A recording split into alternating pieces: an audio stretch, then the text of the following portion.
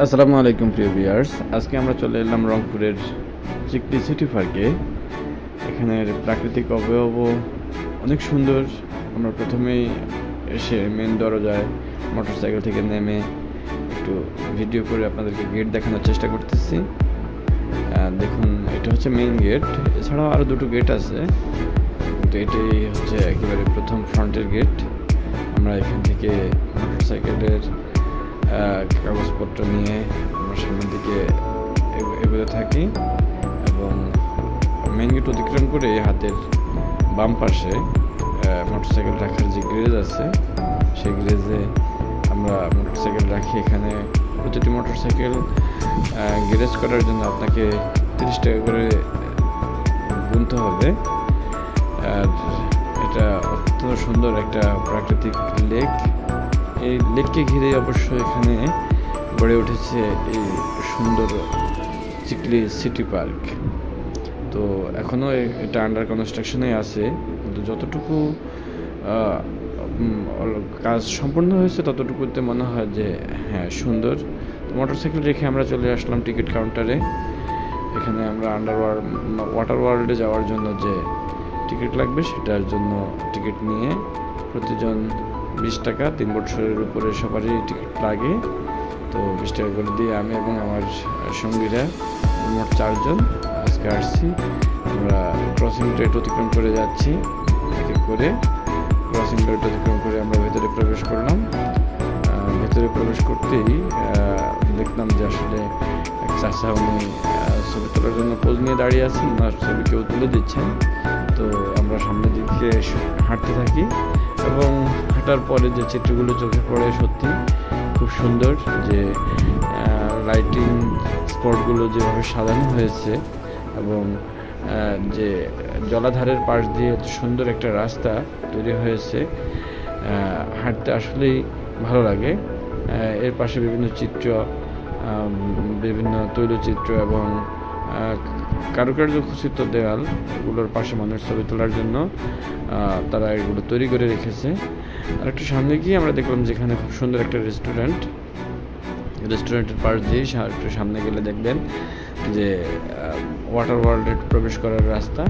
তো আমি রেস্টুরেন্টের ভেতরের অবস্থাটা আপনাকে দেখাচ্ছি। রেস্টুরেন্টটা সুন্দর, খুব মনোরম মুগ্ধকর পরিবেশ, পরিষ্কার পরিচ্ছন্ন, সাজানো গোছানো, রুচিশীল।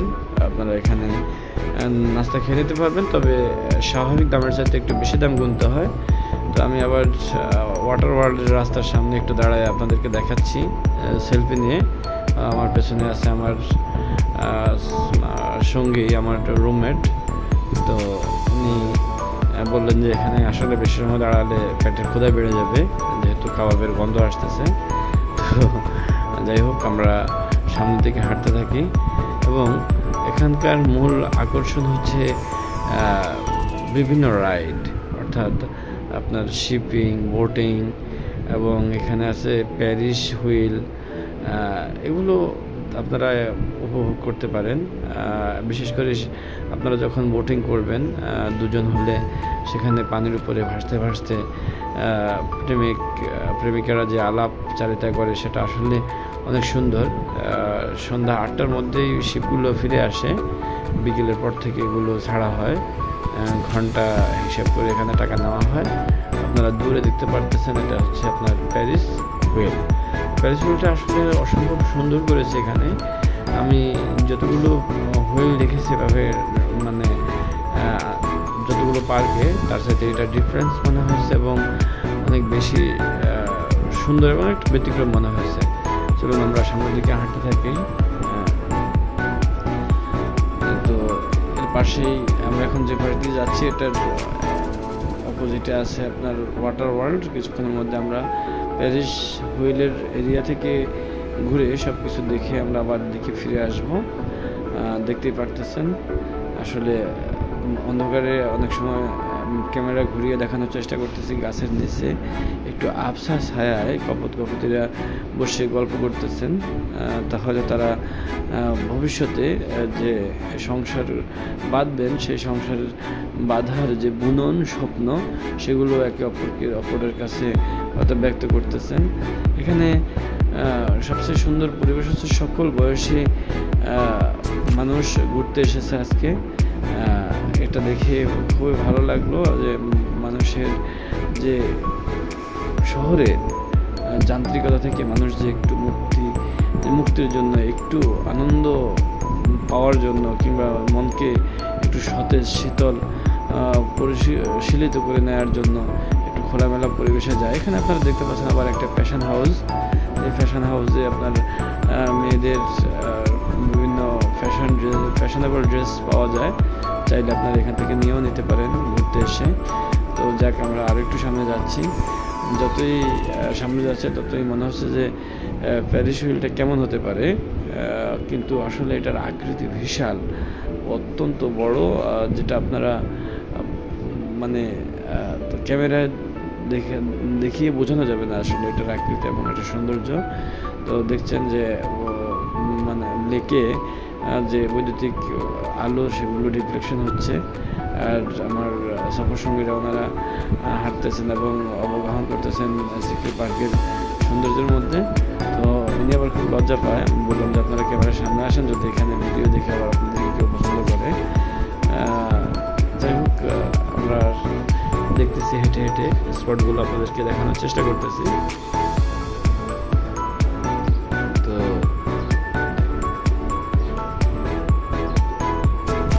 সবাই ছবি তুলতেছেন,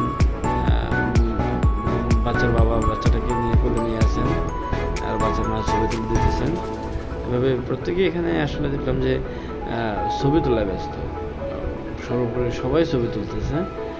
আর ভাবলাম যে মানে এরা দেখার চাইতে যে পরে দেখবে, যে এখন দেখবে না, ছবি তুলে নিয়ে গিয়ে বাসায় পরে দেখবে, এরকম একটা অবস্থা। সবাই ছবি এবং ভিডিও তোলায় বেশ ব্যস্ত সময় পার করতেছেন। অর্থাৎ এখন আসলে মনে হয় কি, আমি যত জায়গায় কক্সবাজার বলেন আর রাঙামাটি বান্দরবান বলেন যেখানে গিয়েছি, দেখলাম যে আসলে মানে মানুষ ছবি এবং ভিডিও করা নিয়ে বেশি ব্যস্ত। যে মানে প্রকৃতির সৌন্দর্য, নিসর্গ যে সৌন্দর্য, সেটা মানে বাস্তবিক দেখার চাইতে ছবি ভিডিও করার মধ্যে ব্যস্ত। যেমন আমি এখানে ভিডিও দেখতে গিয়ে ভিডিও করতে ব্যস্ত হয়ে গেলাম, যা আপনাদের সাথে শেয়ার করব। তো যাক, আমরা আস্তে আস্তে আরও একটু সামনের দিকে অগ্রসর হতে থাকি। যে কনস্ট্রাকশনের কাজ, বিভিন্ন বালি এবং অন্যগুলো এনে রাখছেন, কনস্ট্রাকশন যে এলিমেন্টস সেগুলো দেখা যাচ্ছে রাস্তার পাশেই, ওখানে উন্নয়ন কাজ চলতেছে। তো এখানে আপনার সবচেয়ে বড় কথা হলো যে মানে আড্ডা দেওয়ার জন্য, বসে গল্প করার জন্য খুবই সুন্দর সুন্দর কিছু প্লেস তারা তৈরি করে রেখেছে, যেটা আসলে বিনোদনের জন্য কিংবা একটু মনোরম সময় কাটানোর জন্য খুবই সুন্দর। কিন্তু আসলে কে বসে আর এখন কার মনের কথা শুনবে, সবাই সবার মতো ব্যস্ত। প্রেমটাও এবং মনের অভিব্যক্তিগুলোও আজকাল খুব যান্ত্রিক হয়ে গেছে। আমরা অবশেষে চলে আসলাম একেবারে প্যারিস হুইলের সামনে। এখানে অবশ্য আমরা আমি নিজেও কিছু ছবি তুলেছি। ছবি তোলার পরে এখানে যে মানে আমরা সবাই এখানে সেলফি তুলেছি। সেলফিগুলো হয়তো আপনাদের সাথে ভিন্ন এক সময় শেয়ার করব। আজকে শুধু যতটুকু অংশ ভিডিও করলাম ততটুকুই দেখানোর চেষ্টা করতেছি। তো ভাই, প্যারিস হুইল চিকলি পার্কে এসে আপনার অনুভূতিটা কেমন একটু বলেন। সম্ভবত ভাই, আমি ফাতিন। চিকলি পার্কে এসে লাইটিং এফেক্টটা অনেক ভালো লাগছে, যারা রাতেবেলা আসেনি আসতে পারে রাতেবেলা। আর যারা প্রেমিক প্রেমিকা তাদের সম্পর্কে যদি কিছু বলেন।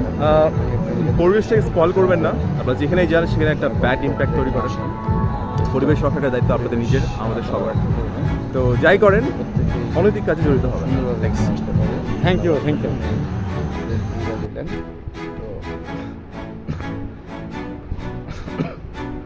এরপর আমি কিছু সময় প্যারিস হুইলের সামনে থেকে ভিডিও করলাম, ছবি তুললাম, সেলফি তুললাম।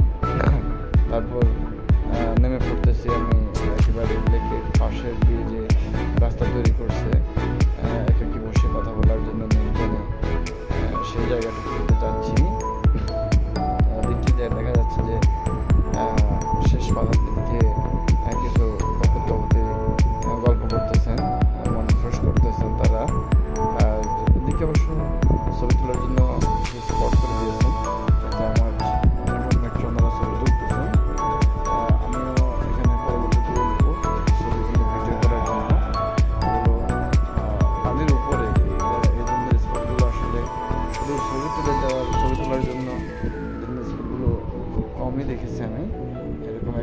স্পট তারা ছবি তোলার জন্য করে রেখেছে। আসলে তারাও এখন বুঝতে পেরেছে যে পার্কে মানুষ গল্প কিংবা কথা বলার চাইতে ছবি তোলার বেশি ব্যস্ত, তাই তারা ছবি তোলার জন্য বিভিন্ন স্পট এবং অত্যন্ত সুন্দর সুন্দর কিছু জায়গা তৈরি করে রেখেছে। উনি বিভিন্ন স্টাইল নিয়ে এখানে ছবি তুলতেছেন, ভিডিও করতেছেন। অবশ্য আমি উঠে গেলাম ছবি তোলার জন্য, একটু ভিডিও করার জন্য। তো ছবি তুলে ভিডিও করে এখান থেকে নিয়ে পড়তেছি।